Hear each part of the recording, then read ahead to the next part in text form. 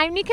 And I'm Jack. Welcome back, Jack. It's been a little while. It has been a little while, hasn't it? Excited to be here? I'm very excited to be here. Yes, today we are in 798.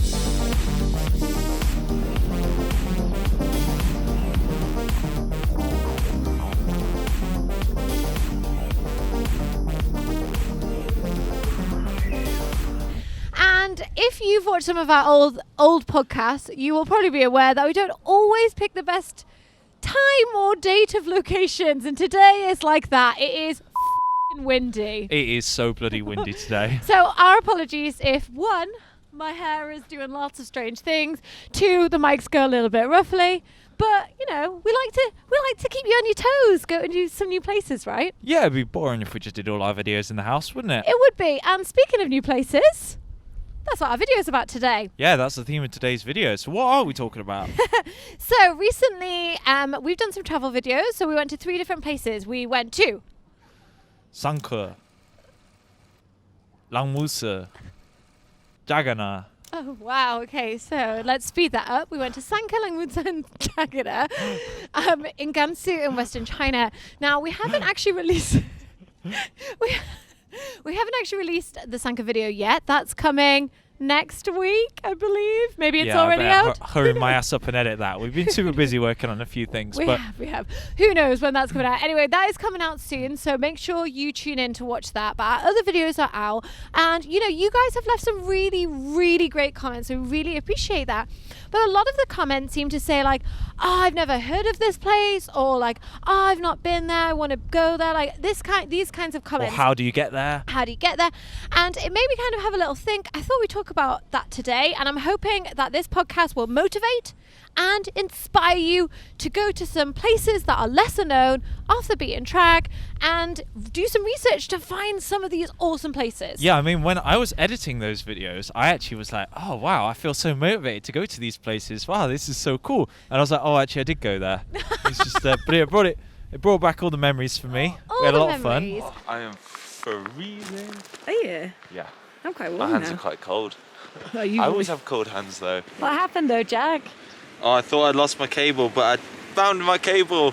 Okay, so first of all, I want to point out that obviously going to these places, like, it's not easy.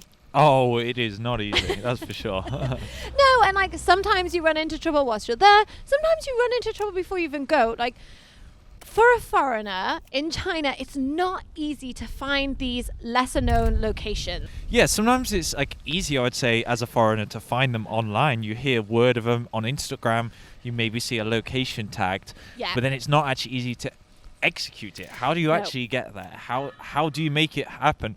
Will they even accept foreigners? Like a lot of hotels and things like that, they don't even accept foreigners, especially in the post-COVID era. And also some places, foreigners just aren't allowed in China, Yeah. which is a little bit but it is what it is, you know, as Do a your foreigner. research, you can do figure it research. out. There's still plenty of cool places you can get to. But the thing is, when it comes to research, that's not easy either. A lot of these things, you know, people haven't been to, so there isn't English information about it. Yeah. This is one of the reasons why we started our YouTube channel in the first place, was we wanted to give people the information that we didn't have when we first came to China. Because to be honest, there wasn't that much information about China at all when we first moved here. There wasn't much videos, there wasn't much blogs. And so we thought, right, this is a gap in the market. We're going to try and show you. And it's, you know, there's loads of things now about the cities here, but there isn't so much about these lesser known places because they're harder to get to. Yeah, for sure. They're harder to go to, they're harder to travel to, they're harder to research. And I just want to say that sometimes it's, you know, sometimes you take the easy option, right? Okay, I can book a flight, I'm going to get there, and then that's my holiday. But honestly, I urge you to take the harder option, you know, because these places that we went to were just so incredible. And yes, it wasn't easy to get to, but like, it was Definitely the worth most it, memorable. though. Yeah, definitely worth it. It was the most memorable holiday. And I absolutely loved it. Do your research and things. So there's different ways you can do this. I think Instagram is a great resource. You can see photos from loads of different places all around the world. You know, get in touch with that creator. Ask where they've taken that photo. One of the places, Gannan, we found because my friend Phoebe, here's her Instagram. She posts awesome pictures. And she went there. And I was like, I gotta go here. Yeah, we were like, we got to get some of that action ourselves, some of that Jagannath action. Gotta go here. And when I did a bit of research, it was near some other places that I'd found previous because of our friend Ben, who had been there, which you saw in the Langmutter film, and he showed us around, so we found this from people that we knew. And also, like, in Jagannath, right, if you actually look on like trip.com or booking.com, there's barely any hostels or B&Bs, like anything guest houses. They're really not on there because a lot of them are just like the government's just given like a little subsidy to locals. They've opened a small guest house, and a lot of them like aren't super like official or online. So she was able to recommend a guy that she spoke to. Yeah. He was like a local semi-nomadic guy. A lot of his family still lived up in the mountains, and they'd built a guest house in town. And like he was such an awesome host. Sadly, we didn't have like loads of time, or he was quite busy, so we couldn't take us to that many places.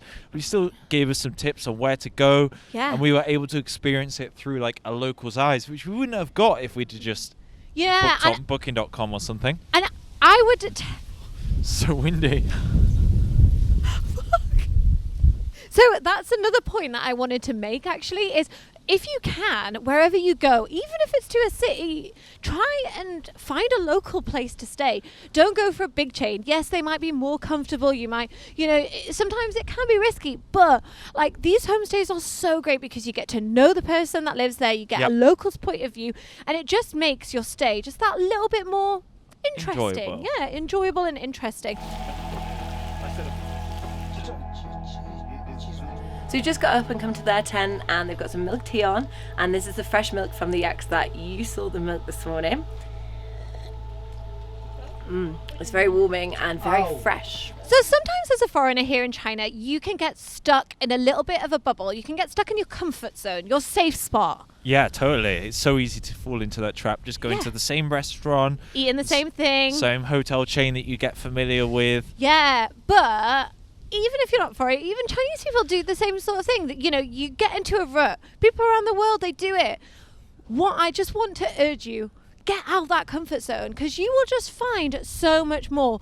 Even just if you go to a different restaurant or like try a new food, just do something different and mix it up a bit. You don't even need to go far. I'm not saying you have to go to rural China to do this. I'm just saying, mix it up a little bit, live a little. Well, that's why I'm glad that we make videos, because obviously it means we spend all of our free time, all of our weekends and evening making videos, but it also pushes us to get out the house and do something a lot of the time. Like today, not a nice day. It's pretty bloody windy. It looks sunny, I know, but it's freezing. The easy option, honestly, I could have just sat on the sofa watching football all afternoon. Yeah. But actually making videos has been a good reason to get us out the house.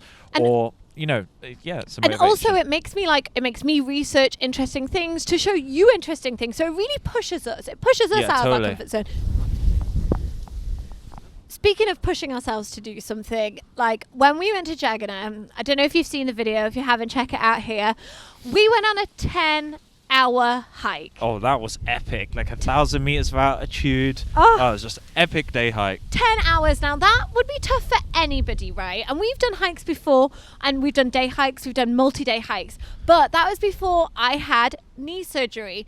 So I don't know if you've noticed in the videos that I'm often wearing a knee bandage, and that's because I am still like recovering from this. I had knee surgery 2 years ago, and I can't bend my leg fully. Can't bend it any further than that.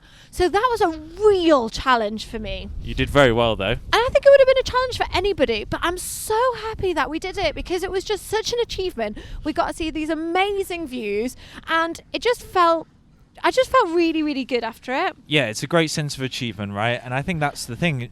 It's nice to have a relaxing holiday, and you definitely need some of that. Hell knows we need some relaxation time. Not that we often get it, but to be honest, a lot of the time when you have kind of you push yourself, have a little bit more of an adventure, then you do get that feeling of reward, Yeah, definitely. And I'm not saying that adventure holidays are for everyone. Like, I'm sure this rural China holiday isn't for everyone, and that's okay, They certainly weren't for you when we first met. No, definitely not. And we camped, we hiked, we didn't have a shower for days because it was so cold. Yeah, not everyone wants to do that, but I'll never forget it. No, me neither. Now, epic. Absolutely epic. Epic. You don't have to go to the arse end of nowhere. You don't have to go to rural China. I'm going to get a little bit preachy now. Okay. I'll ready myself. Shall I get down on my knees? Let me preach for you. Okay, but what I want you to do is I just want you to make the most of each day. Maybe go and have your lunch just outside for once. Go to a new restaurant. Try that new dish. Try that weird thing you've never thought about doing before. Speak to your neighbours. You know, do something new, because it's easy to get stuck in a rut. But if you do that, you just might end up wasting your life, right? But if you do something new, it might invigorate you. And I know it's hard because we have very little time. Yep. We especially have very little time. Very little. I work full-time, guys, and we have this YouTube channel, which is a second full-time job. Like, I know what it's like. But even we try, and if we're working, we'll just go out for a little walk, and we'll walk maybe a different way. Yeah. It's something as simple as that. And you never know what you might find. Okay, I know that was a bit preachy, but guys, remember, you only live once. YOLO! YOLO! Well, you've inspired me. You've Have inspired I? me, yeah. So I at least motivate one you? person's inspired. I don't know. Well, I hope I inspired a few of you guys, right? You know, you don't have to spend money to enjoy yourself.